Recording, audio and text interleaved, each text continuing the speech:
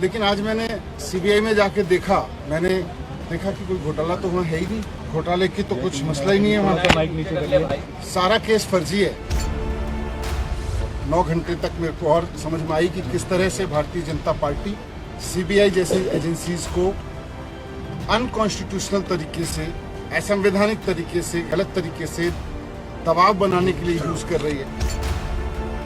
Excise पे बात हुई, लेकिन मुझे आश्चर्य हुआ कि वहां भी साइड में मुझ पर दबाव बनाया गया कि आप छोड़ दो, आप में क्यों हो। मैंने कहा क्यों?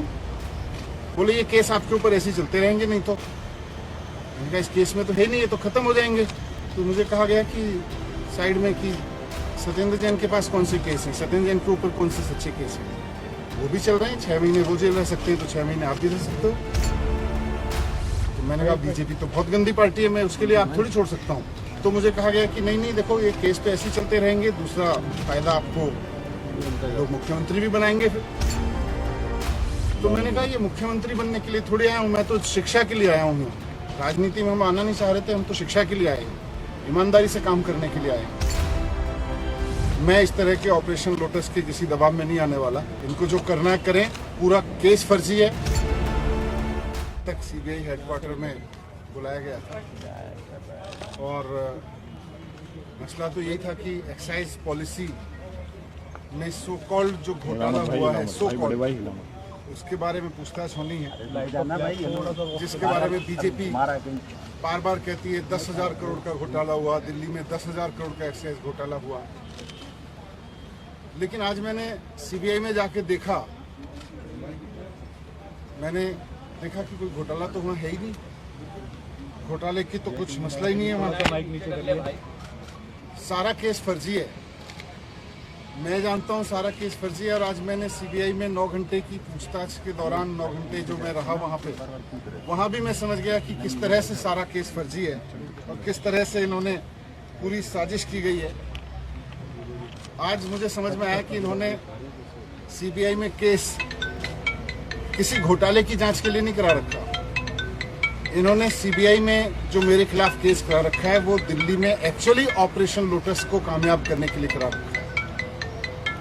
ये बात पहले भी मुझे बाहर से समझ में आ रही थी, लेकिन आज अंदर जाके सीबीआई के हेडक्वार्टर में 9 घंटे तक मेरे को और समझ में आई कि किस तरह से भारतीय जनता पार्टी सीबीआई जैसी एजेंसीज को अनकॉन्स्टिट्यूशनल तरीके से, असंवैधानिक तरीके से, गलत तरीके से दबाव बनाने के लिए यूज कर रही है। एक्साइज पे बात हुई, लेकिन मुझे आश्चर्य हुआ कि वहां भी साइड में मुझ पर दबाव बनाया गया कि आप छोड़ दो, आप में क्यों हो। मैंने कहा क्यों? बोले ये केस आपके ऊपर ऐसे ही चलते रहेंगे, नहीं तो। मैंने कहा इस केस में तो है नहीं, ये तो खत्म हो जाएंगे।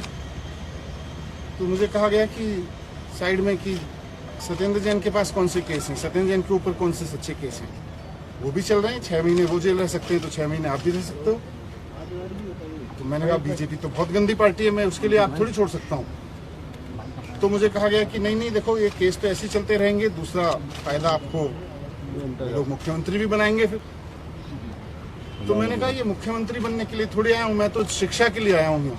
राजनीति में हम आना नहीं चाह रहे थे, हम तो शिक्षा के लिए आए हैं, ईमानदारी से काम करने के लिए आए हैं। फिर मैंने साफ साफ बोल दिया कि भैया मुझको तो खुशी मिलती है जब दिल्ली के रिक्शे वाले का बच्चा इंजीनियर बनता है, तो उसमें जो खुशी मिलती है मुझे सीएम बन के खुशी नहीं मिलती, सीएम बनने के बारे में सोच के खुशी नहीं मिलती। एक दिल्ली की मेड की बच्ची जब डॉक्टर बनती है तो मुझे खुशी मिलती है।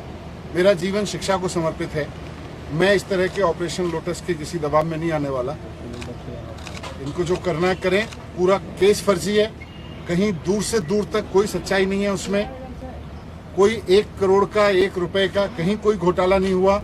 ये बीजेपी वाले कहते रहे और दबाव बनाते रहे 10,000 करोड़ का घोटाला हुआ है, कोई घोटाला नहीं हुआ। आज मुझे वहां से भी समझ में आ गया। ਬਾਬਾ ਯਾਮੀਨ ਬੰਗਾਲੀ 골ਡ ਮੈਡਲਿਸਟ ਤੁਹਾਡੇ ਸ਼ਹਿਰ 'ਚ ਪਹਿਲੀ ਵਾਰ ਅਦਭੁਤ ਸ਼ਕਤੀ ਚਮਤਕਾਰ ਵੇਖੋ।